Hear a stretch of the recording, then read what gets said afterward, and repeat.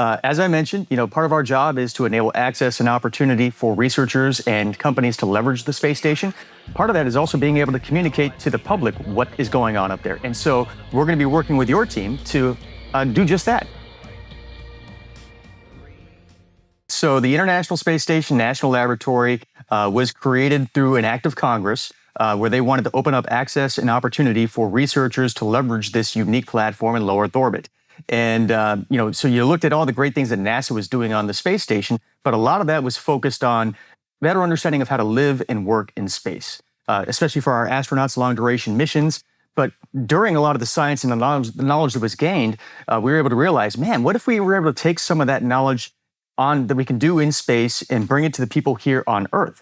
Could we improve pharmaceuticals? Could we create more effective products for us to as consumers here on Earth? And that's kind of the genesis of the ISS National Lab. So we get up to 50% of the research allocation that goes up and down from the space station. We get up to 50% of the astronauts' crew time dedicated towards supporting research on station. So we have a very large footprint on the research portfolio and the things that are happening up there. So it's a really exciting environment where we had the chance to work with Fortune 500 companies, innovative startups, academia, nonprofit, other government agencies, all with the intention of leveraging space to benefit life here on Earth, while also developing a sustainable and robust economy in low Earth orbit. Honestly, the headlines that come out of the work that you all do, like collectively, you all are honestly some of my favorite things to ever read about and talk about, because it is just, that is the future that I think we all want to be building, and like you all are making that happen. So I love that. Kudos. It's incredibly important work. So now that everybody sort of knows who you are, what you all, the amazing stuff that you do, we're going to be collaborating in a really cool way. I'm so jazzed about this. I can barely contain my excitement. So Patrick, without further ado, why don't we introduce our audience to what it is that we're going to be doing soon? Yeah, so as I mentioned, part of our job is to enable access and opportunity for researchers and companies to leverage the space station. But part of that is also being able to communicate to the public what is going on up there. And so we're going to be working with your team to do just that. Researchers, hardware partners, those that are involved in the space station community, having the opportunity to talk about what they're doing on the space station and why they're doing it. And so I'm really excited about bringing this to your audience. And hopefully that will also kind of get people thinking about ways in which they can use the space station, whether that be this space station, future space platforms, or even joining NASA in their journey to the moon and Mars.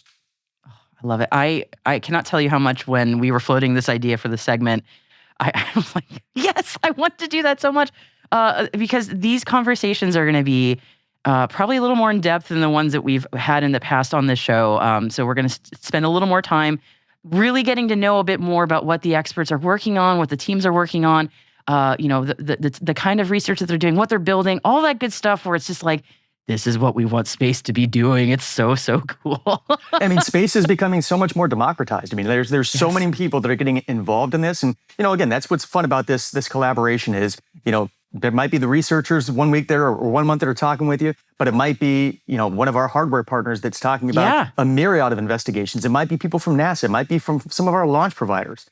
So hopefully it's the opportunity to really give strong insights into a lot of things that are happening on station and the valuable contributions it's giving all of us here.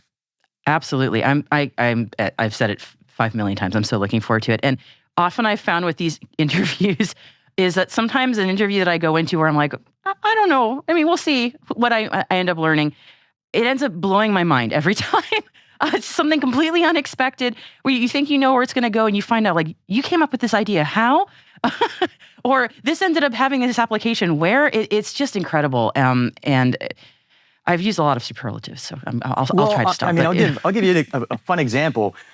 There's a research team from Emory University that we've been working with for the better part of 10 years now. And they just had one of their latest investigations published in a biomaterials journal, a top-tier journal.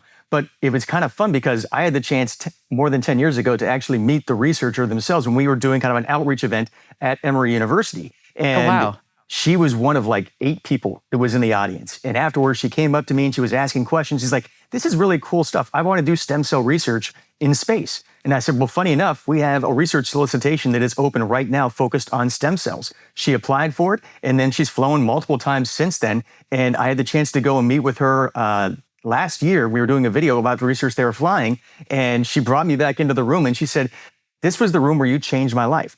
You changed how it was that I thought about science." And since then, space has been at the forefront of what it is that my team is thinking about. And so it's conversations, stories like that, where hopefully we can bring that to your audience as well, where it's just, thinking outside of the box. And we typically live in this world of like a 3D universe, but what if you added an extra dimension to that and you now are able to have a 4D perspective? What types of things could you learn? And hopefully through this collaboration, we'll be able to impart some of the things that people have learned along the way. I cannot wait. I think people are sick of me saying that now. I really cannot wait. I am so excited. So thank you. Thank you to you. Thank you to the teams, everybody that we're going to be working with.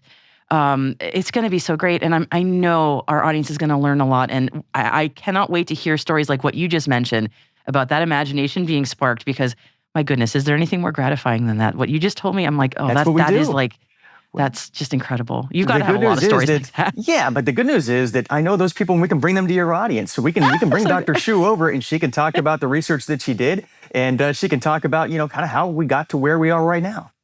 Oh, I'm going to be learning so much. It's going to hurt my brain, and I'm looking forward to that immensely. So, Patrick, thank you so much. It's the best opportunity, and I know our audience is going to love this. So I'm so jazzed.